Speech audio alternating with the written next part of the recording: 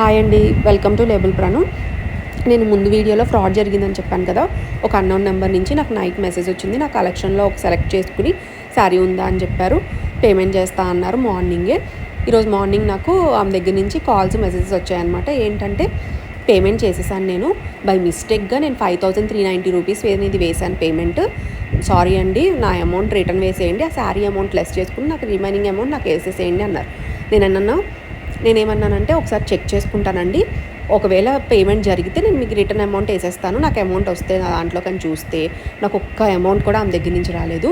ఇదంతా ఫేక్ అనమాట, ఫ్రాడ్. ఫోన్పేలో మనకి అయినట్లు కూడా వస్తుంది. వెంటనే నేను స్క్రీన్ షాట్ పంపించగానే నాకు పేమెంట్ పడలేదని ఆమె వెంటనే మొత్తం చాట్ అంతా డిలీట్ చేసేసింది. ఒక్కటి కూడా లేదు, బ్లాక్ కూడా చేసేసింది నెంబరు.